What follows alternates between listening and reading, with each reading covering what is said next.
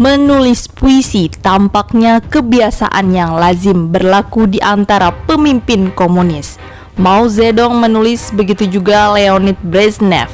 Dalam kaitan ini entah mengapa Aidit ternyata sejak lama benci kepada Jenderal Ahmad Yani. Raja Naik Mahkota, begitu judul sajak yang sengaja ditulis oleh DN Aidit tanggal 22 Juni 1962, menyindir pengangkatan Letnan Jenderal Ahmad Yani saat menjabat sebagai Kepala Staf Angkatan Darat, menggantikan posisi Jenderal A.H. Nasution.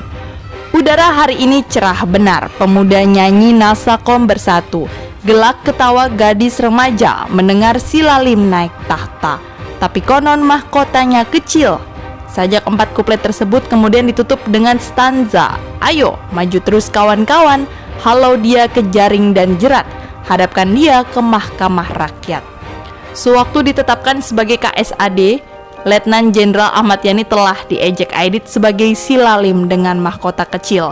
Oleh karena dia sudah merasa Ahmad Yani bersama para jenderal yang jadi brain trust-nya bakal tidak akan pernah ragu untuk menumpas PKI ketika misalnya Soekarno mendadak surut. Oleh karena itu, begitu pada awal bulan Agustus 1965 Bung Karno mendadak jatuh sakit, bagi Aidit merupakan isyarat bahwa dia dan PKI pasti akan segera dilibas. Oleh alasan munculnya isyarat tersebut, Aidit langsung mempersiapkan mekanisme pertahanan. Sekaligus dia merasa tidak ada pertahanan terbaik selain menyergap lebih dulu.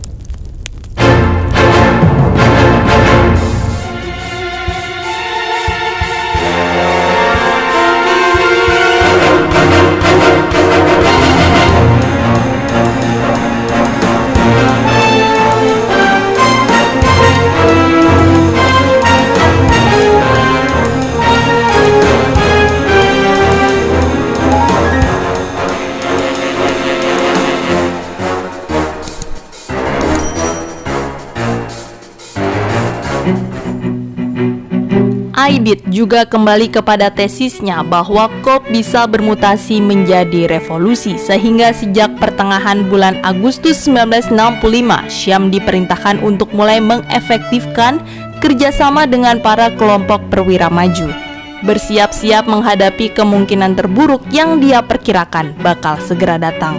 Biro Khusus segera merancang aksi penculikan sebagai upaya untuk mendahului gerakan Dewan Jenderal merebut kekuasaan begitu terjadi sesuatu pada diri Bung Karno. Finalisasi rancangan dibicarakan oleh Dewan Harian Politbiro PKI dalam rapat terakhir tanggal 28 September 1965, dihadiri semua anggota Politbiro yaitu Aidit, Lukman, Nyoto, Sudisman, Nyono, Sakirman, Munir, Ruslan, Wijaya Sastra, dan Rewang.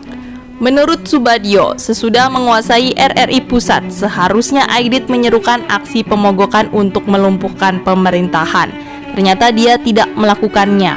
Ada apa?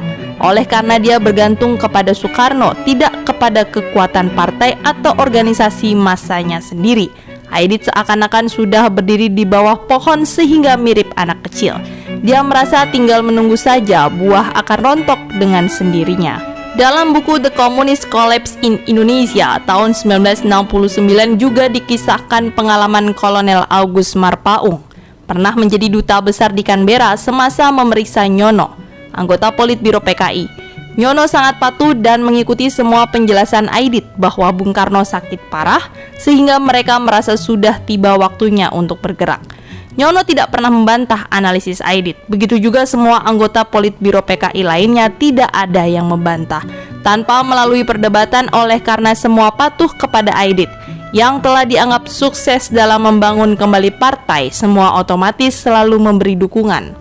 Sehingga juga tidak pernah ada yang membayangkan bahwa setiap rencana selalu punya kemungkinan gagal. Akibatnya tidak ada yang mempunyai pikiran untuk merancang contingency plan. Sebagai pemimpin organisasi buruh sekaligus ketua PKI di Jakarta, Nyono sama sekali juga tidak mempunyai rencana cadangan. Pertama karena dia merasa langkah tersebut tidak ada manfaatnya. kedua, gerakan 30 September ditangani oleh sosok terpercaya, Aidit dan Biro Khusus, sehingga dia merasa pasti akan sukses. Ketiga, dia sendiri tidak merasa yakin kepada kemampuan masanya, sekaligus takut organisasinya telah disusupi lawan-lawan politik. Banyak kajian mencoba melihat mengapa gerakan 30 September mengalami kegagalan. Rumusan Bung Karno mungkin paling tepat sekaligus sangat mendasar, yakni akibat kebelingernya pemimpin PKI, lihainya kekuatan nekolim, serta keberadaan oknum-oknum tidak benar. Tokoh keblinger paling utama tentu saja DN Aidit, Ketua Umum CCPKI, oleh karena begitu saja mempercayakan gagasan melalui operasi militer untuk menangkal rencana kudeta Dewan Jenderal kepada Syam. Ketua Biro Khusus PKI, seorang warga sipil bekas anggota Laskar dalam Perang Kemerdekaan, tetapi selalu menyombongkan diri pernah ikut bertempur di daratan Cina, yang nyatanya tidak pernah. Maka dengan mudah segera ketahuan, Syam bukan seorang panglima perang, dia juga bukan ahli strategi. Oleh karena itu semuanya langsung berantakan ketika operasi militer yang dirancangnya menemui hambatan.